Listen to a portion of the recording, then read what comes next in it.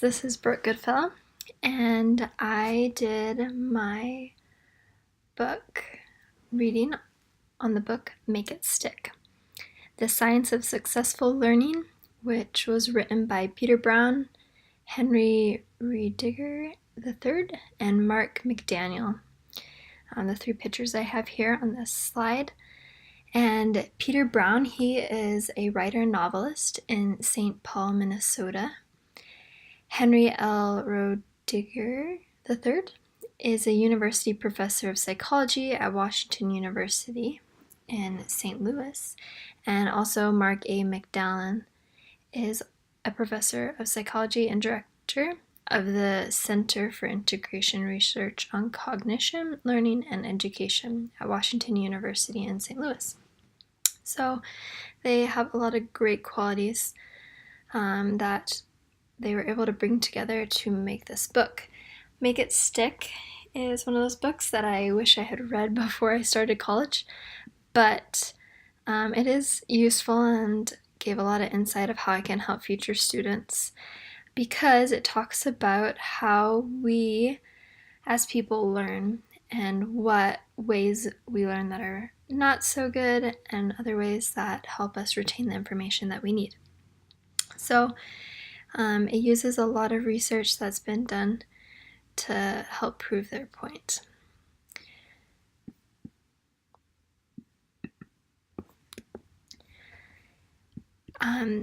It starts out the book talking about non-productive ways that we learn, which, for example, are rereading text, pretty self-explanatory, rereading something because we think we'll be able to memorize it better or retain the information more if we've read it multiple times, or massed practice, which is when we cram study for a few hours, take a short little break, cram study more, short little break, cram more, short break, and then go take our test on all the stuff that we've just now memorized. That is the massed practice. Then a little bit better is retrieval practice, where we use flashcards that the information on one side of the flashcard triggers information on the other side of the flashcard, so we're able to retain that information a little bit better. In the book, they talk about surveys done on college students where they found that college students' most used strategy is highlighting, underlining, and quickly going over notes and texts before taking a test, which I think if we all think about it, that is exactly what we do. So they give this analogy of an aircraft malfunction that happens, and this pilot, at this very moment that the aircraft is having problems, has to recall everything he has ever learned in order to save himself. This analogy illustrates what they mean when they're talking about learning and how learning should happen. And they define it as acquiring knowledge and skills and having them readily available from memory so you can make sense of future problems and opportunities.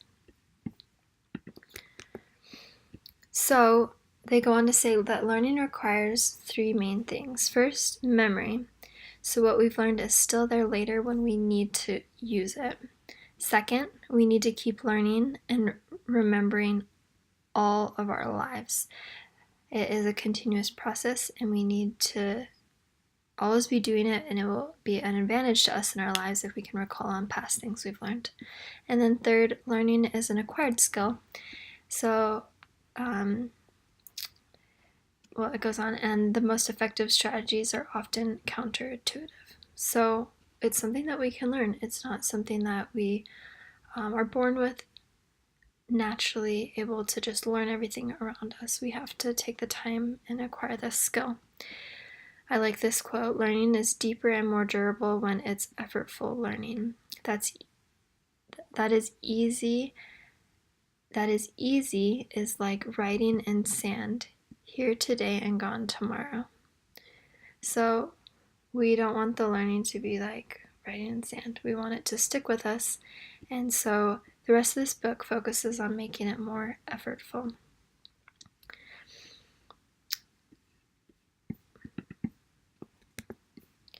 So what works? The strategy that works is called mass practice. Earlier I said massed with the ed. Now mass without the ed is the practice that actually works. And to sum this practice up, they use the analogy of a road. It's like laying a new road and using it for a few weeks or so and then moving on. Unless you use the road often, the material never gets a chance to become strong, and in the process, you lose it. So it goes on to say that opposite of massed practice, which we can see here on the left, practice where we practice a whole lot, stop, practice more, short rest, practice more, short rest. This new process, mass process, is where we spend a lot of time doing what we want, resting, and then practice a little bit. We might forget a little bit about what we practiced, but when we come back to recall it, we relearn it, and we relearn it even better because it's much later and we're recalling on it, and our memory is able to think clear about what we're learning.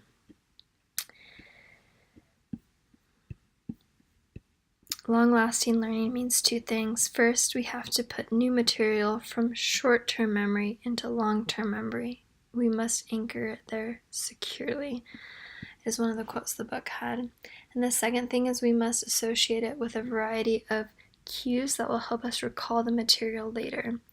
Having effective retrieval cues is essential to learning, and that is where tools like mind maps help a lot, where you can just picture it all in your mind and you understand where you're getting it from because it connects to lots of other things. I liked this story they shared of a basketball team they did a case study on, where the team split into two different groups and they were given practice regimen that they followed. So the first group practiced 45 pitches, evenly divided into sets of 3, where each set has a specific type of pitch thrown and they practice that specific pitch. Where the second group had 45 pitches and they were put into sets, but the pitches were randomly interspersed between them. So they were practicing all the different types randomly and just thrown at them. And after this training, the first group felt really good about their practice after. They're like, we can do all these, we've got it.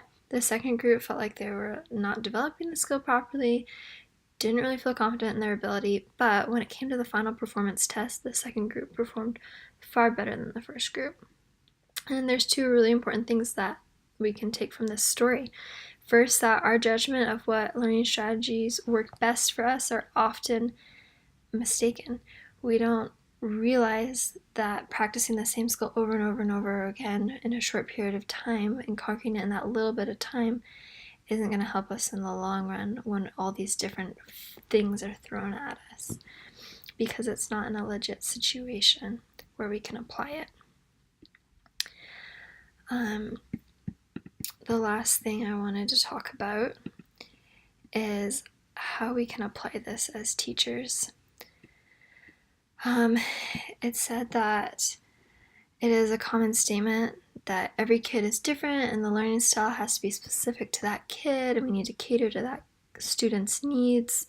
And this book likes to challenge that statement and said that that empirical evidence doesn't support it, and that what's more important is, which quote I have on here, it is more important that the mode of instruction matches the nature of the subject being taught. Visual instruction for geometry and geography, verbal instruction for poetry, and so on. When instructional style matches the nature of the content, all learners learn better, regardless of their differentiating preferences for how the material is taught. So as teachers, it's up to us to be able to teach our students in ways that they will be able to remember the information and recall upon it over and over again. So there's so much in this book, and I hope you all get a chance to read it, but that is all we have time for, so enjoy.